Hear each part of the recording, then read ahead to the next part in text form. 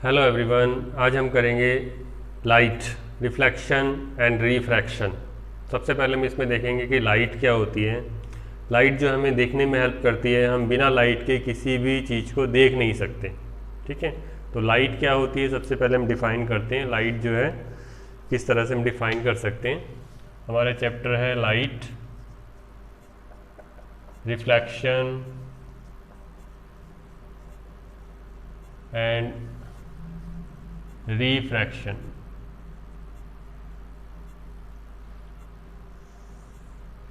सबसे पहले हम डिफाइन करेंगे व्हाट इज लाइट। लाइट क्या है? Light is a form of energy. Light is a form of energy which enable us to see। ठीक है, लाइट एक एनर्जी की फॉर्म होती है। जिस तरह से हमने बहुत सारी एनर्जी की फॉर्म पढ़ी थी 9th क्लास में, kinetic energy, potential energy, heat energy, chemical energy, mechanical energy. इस तरह लाइट भी जो है एक एनर्जी की फॉर्म है जो हमें क्या करती है, देखने में हेल्प करती है। बिना लाइट के हम किसी चीज़ को देख नहीं सकते। जैसे मेरे पास ये पेन है, ठीक है, इस पेन को मैं तभी देख पा रहा हूँ क्योंकि ट्यूबलाइट से रोशनी आ रही है। अगर ये लाइट नहीं होती तो मैं इसको नहीं देख सकता था।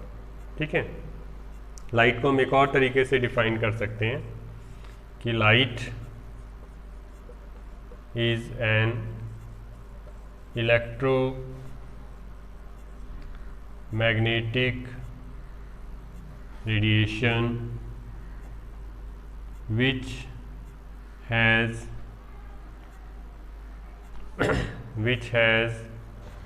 wavelength between 400 nanometer to 700 nanometer। Second definition के अकॉर्डिंग लाइट क्या होती है? लाइट इलेक्ट्रोमैग्नेटिक रेडिएशन होती है। इलेक्ट्रोमैग्नेटिक का मतलब, इलेक्ट्रो का मतलब इसमें इलेक्ट्रिक फील्ड होती है और मैग्नेटिक का मतलब इसमें मैग्नेटिक फील्ड भी होती है। दोनों जो है एक दूसरे के परपेंडिकुलर होती हैं। और इसकी जो वेवलेंथ है, वेवलेंथ होती है 400 नैनोमीटर से 700 नैनोमीटर तक। इसको हम बोलते हैं विजिबल लाइट। हम सिर्फ इसी वेवलेंथ के रेडिएशन को देख पाते हैं या इसी वेवलेंथ के रेडिएशन में देख पाते हैं, तो इसलिए इसको हम बोलते हैं विजिबल लाइट। ठीक है, हम ग्राफ में शो कर सकते हैं इलेक्ट्रिक फील्ड और मैग्नेटिक फील्ड को। जैसे हम ग्राफ बनाते हैं तो ये हमारा वाई एक्सिस होता है, ये हमारा एक्स एक्सिस होता है, और एक एक्सिस हम और बना सकते हैं, इसको बोलते हैं जेड एक्सिस। तो हम मैग्नेटिक फील्ड को जेड एक्सिस में बनाते हैं। ये हमारी मैग्नेटिक फील्ड है। ठीक है,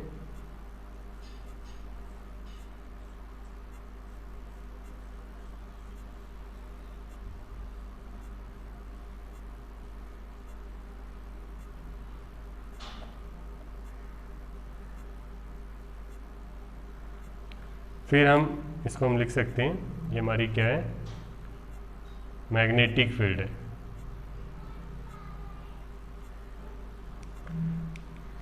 फिर हम इलेक्ट्रिक फील्ड बनाते हैं। मैग्नेटिक फील्ड कौन से एक्सिस में है? जेड एक्सिस में है, ऐसे लिटी हुई है।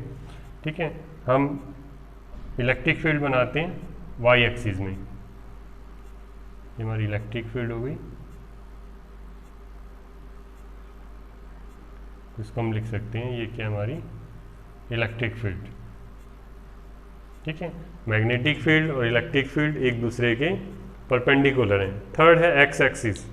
एक्स एक्सिस में हम क्या शो कर देते हैं? डायरेक्शन ऑफ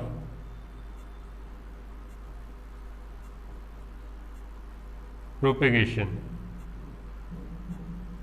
ठीक है, मीनिंग कि किस डायरेक्शन में वेव जा रही है। ठीक है, तो electric field, magnetic field and direction of propagation एक दूसरे के म्यूचुअली परपेंडिकुलर होते हैं। ठीक है, तो जो लाइट होती है उसमें इलेक्ट्रिक फील्ड होती है, मैग्नेटिक फील्ड होती है, इसीलिए हम इसको क्या बोलते हैं, इलेक्ट्रोमैग्नेटिक रेडिएशन। और इलेक्ट्रोमैग्नेटिक रेडिएशन की डायरेक्शन जो है वो इलेक्ट्रिक फील्ड और मैग्नेटिक फील्ड की परपेंडिकुलर होती है। नेक्स्ट हम करते हैं कैरेक्टरिस्टिक ऑफ लाइट। ठीक है, तो सबसे पहला कैरेक्टरिस्टिक तो डेफिनेशन ही है कि light is a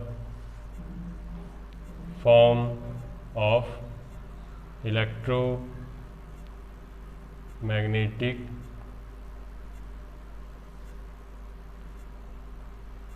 radiation।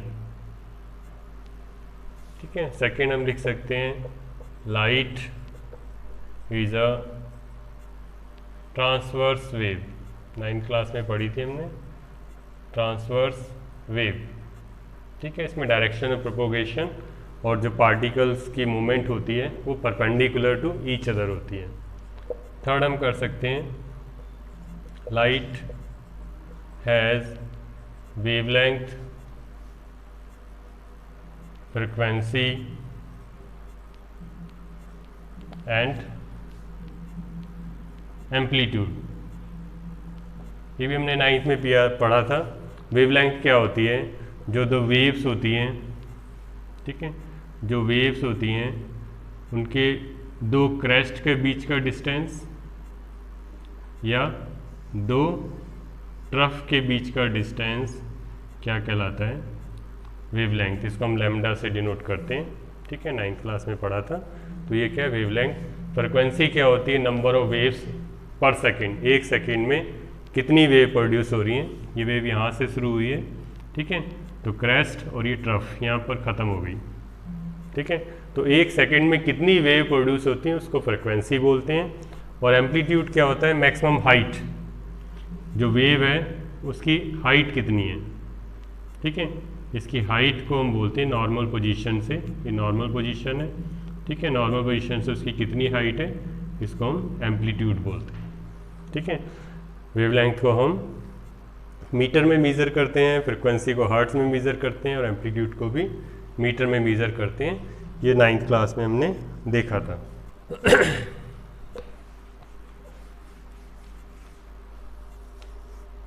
Fourth characteristic है कि light travels in straight line. Light हमेशा स्ट्रेट लाइन में ट्रैवल करती है। ठीक है, लाइट हमेशा स्ट्रेट लाइन में ट्रैवल करती है, वो बेंड नहीं होती। ठीक है, fifth, speed of light is 3 × 10⁸ metre per second. जो लाइट है एक सेकेंड में 3 लाख किलोमीटर या 3 × 10⁸ मीटर पर सेकेंड से जाती है। Next,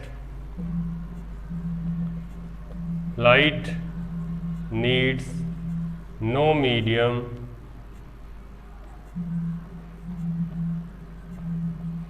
to travel. लाइट को चलने के लिए कोई मीडियम नहीं चाहिए होता। जैसे साउंड है, साउंड एयर में चलता है, ठीक है, सॉलिड में चलता है, लिक्विड में चलता है, लेकिन लाइट जो है ना सॉलिड में, ना लिक्विड में, ना गैस में, ये वैक्यूम में भी चल सकती है। तो इसको कोई भी मीडियम की ज़रूरत नहीं पड़ती। ठीक है, तो ये क्या है? Characteristic of light. नेक्स्ट हम करते हैं what happens when light falls an object. जब लाइट किसी ऑब्जेक्ट पर गिरती है तो उस लाइट का क्या हो सकता है? When what happens when light falls on an object।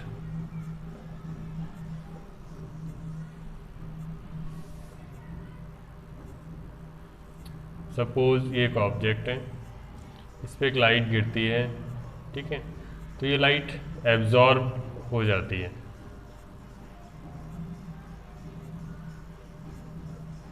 ठीक है, लाइट ऑब्जेक्ट पर गिरी और इट इज़ एब्जॉर्ब। दूसरा केस हो सकता है कि लाइट ऑब्जेक्ट पर गिरी और ये इसके आर पार निकल गई, दूसरी तरफ निकल गई। ठीक है, तो इसको हम क्या बोलते हैं?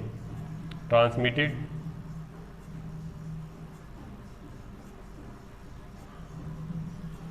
थर्ड केस हो सकता है कि ऑब्जेक्ट पर लाइट गिरती है और गिरने के बाद वो एक पार्टिकुलर एंगल पर बेंड हो जाती है। ठीक है, इट बेंड्स और रिफ्लेक्टेड। ठीक है।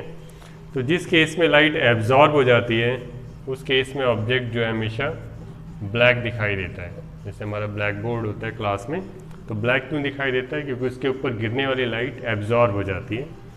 जिस ऑब्जेक्ट में से ट्रांसमिट हो जाती है लाइट, अक्रॉस आर पर हो जाती है, उसको हम बोलते हैं ट्रांसपेरेंट, ठीक है। और जिस ऑब्जेक्ट से टकरा के लाइट बेंड हो जाती है तो इसको हम क्या बोलते हैं? रिफ्लेक्शन, ठीक है। तो 3 प्रोसेस हो सकती हैं। लाइट या तो एब्जॉर्ब हो सकती है, ट्रांसमिट हो सकती है, या फिर बेंड हो सकती है, ठीक है। अगर एब्जॉर्ब होती है तो ऑब्जेक्ट ब्लैक होता है, ट्रांसमिट हो जाती है तो ऑब्जेक्ट ट्रांसपेरेंट होता है, और अगर लाइट मुड़ जाती है, बेंड हो जाती है, तो उसको हम क्या बोलते हैं? रिफ्लेक्शन, ठीक है। तो हम इसमें जो है रिफ्लेक्शन पढ़ेंगे, वो हम डिफाइन करते हैं। रिफ्लेक्शन क्या होता है? रिफ्लेक्शन क्या होता है? इट इज़ ए प्रोसेस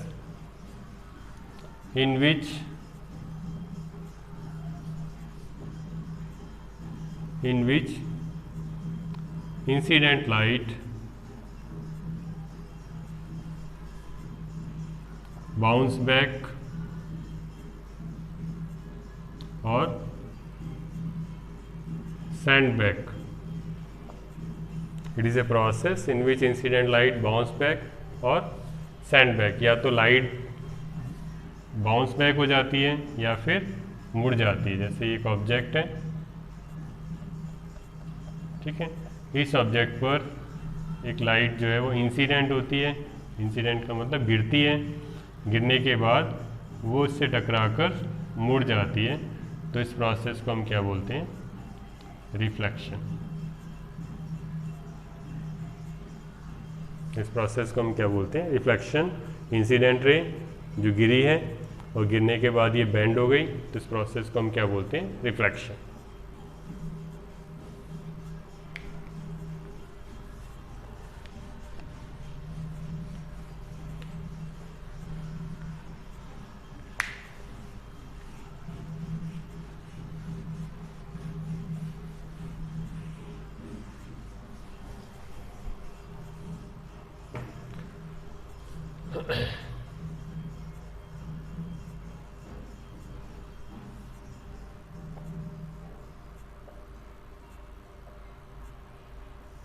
हम रिफ्लेक्शन का डायग्राम बनाते हैं और कुछ टर्म्स को डिफाइन करेंगे। ये एक ओपेक ऑब्जेक्ट है,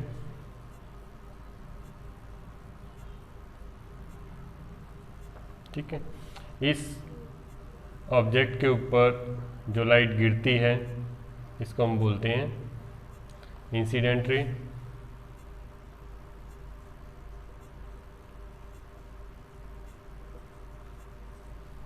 ठीक है। जिस पॉइंट पर गिरती है इसको हम बोलते हैं पॉइंट ऑफ इंसिडेंस, ठीक है। इस पॉइंट ऑफ इंसिडेंस पर हम एक परपेंडिकुलर डालते हैं, इसको हम बोलते हैं नॉर्मल, और इस पॉइंट पर टकराने के बाद ये रे बेंड हो जाती है, इसको बोलते हैं हम रिफ्लेक्टेड रे, ठीक है। तो ये डायग्राम में रिफ्लेक्शन का इंसिडेंट रे हम डिफाइन कर सकते हैं। What is incident ray? Incident ray क्या होती है? द लाइट विच फॉल्स, ठीक है। रिफ्लेक्टेड रे, रिफ्लेक्टेड रे क्या होती है? The light which bounce back, जो मुड़ जाती है उसको हम क्या बोलते हैं? Reflected ray. Point of incidence क्या होता है?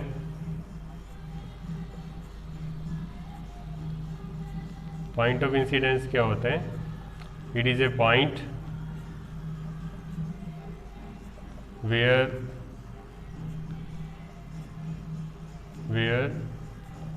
Incident ray falls. जिस पॉइंट पर गिरती है उसको हम क्या बोलते हैं? इंसिडेंट रे, ठीक है। नेक्स्ट है नॉर्मल। नॉर्मल क्या होता है? it is perpendicular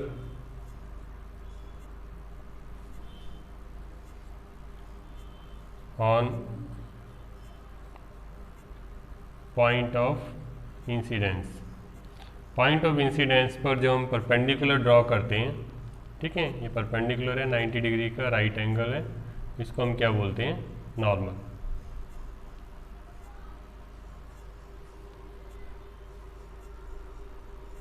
ठीक है, तो incident ray the ray which falls, reflected ray the ray which bounce back, normal it is the perpendicular on point of incidence, and point of incidence is a point where incident ray और light false.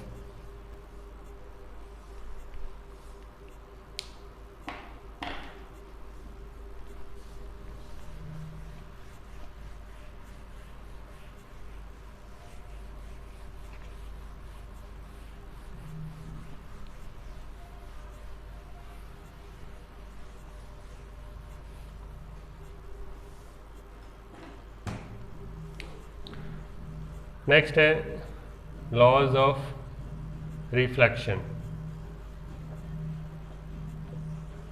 ठीक है, laws of reflection में क्या होता है, there are two laws.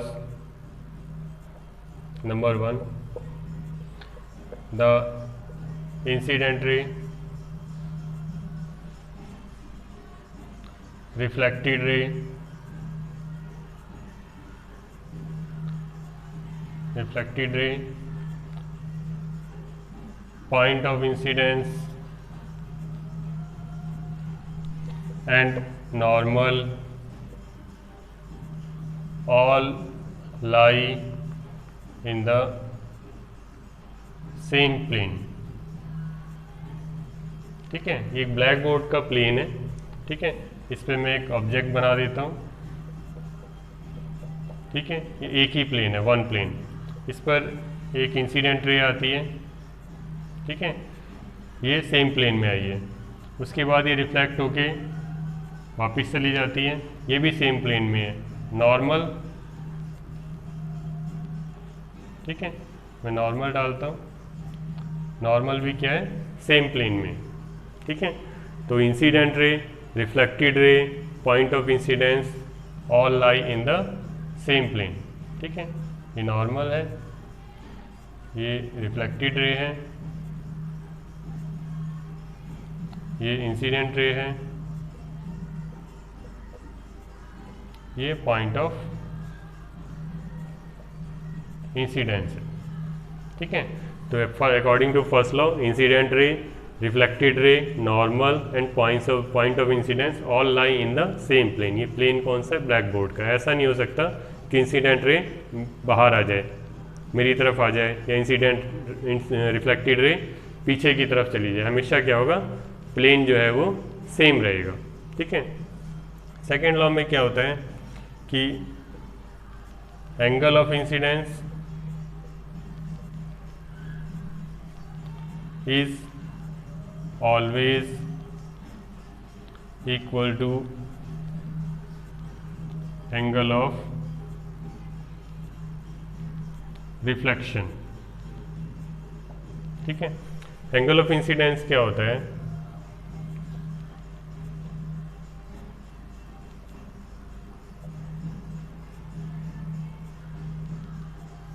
ये normal है, ये इंसिडेंट रे है, ये रिफ्लेक्टेड रे है, तो angle between normal and incident ray is called angle of incidence. ठीक है, एंगल ऑफ इंसिडेंस क्या है, angle between normal and incident ray. और एंगल ऑफ रिफ्लेक्शन क्या है, angle between normal and reflected ray. ठीक है, तो हम यहाँ पर डिफाइन कर सकते हैं, एंगल ऑफ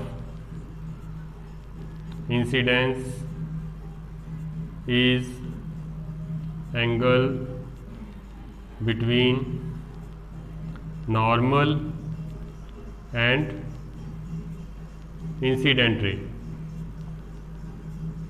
और हम एंगल ऑफ रिफ्लेक्शन को भी डिफाइन कर सकते हैं, angle of reflection is angle between normal and reflected रे।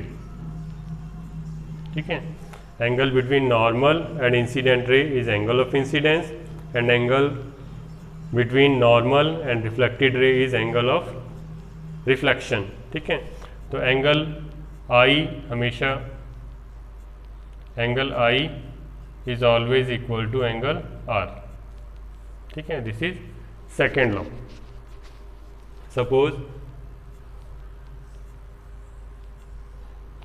Suppose angle I equal to 30 degree है, तो एंगल आर भी कितना होगा 30 डिग्री। अगर एंगल आई 60 डिग्री है तो एंगल आर भी कितना होगा 60 डिग्री। ठीक है, अगर एंगल आई 0 डिग्री है, 0 डिग्री का मतलब अगर नॉर्मल से कोई रे गिरेगी तो उसको हम बोलते हैं 0 डिग्री। ठीक है, अगर आई 0 होगा तो एंगल आर भी क्या होगा 0 डिग्री होगा, यानी जिस रास्ते से लाइट आएगी उसी रास्ते से वापस चली जाएगी। लाइट यहीं से आई है और यहीं से चली जाएगी। ठीक है, तो ये क्या हो गया 0। अगर कोई लाइट परपेंडिकुलर पड़ती है तो एंगल 0 लेंगे और उसका एंगल ऑफ इंसिडेंस और एंगल ऑफ रिफ्लेक्शन दोनों 0 हो जाएगा। यहाँ पर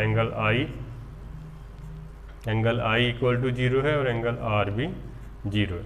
ठीक है, तो व्हेन लाइट फॉल्स परपेंडिकुलर, इसको याद रखना है, अगर लाइट परपेंडिकुलर गिरेगी तो एंगल ऑफ इंसिडेंस 0 होगा और एंगल ऑफ रिफ्लेक्शन भी 0 होगा।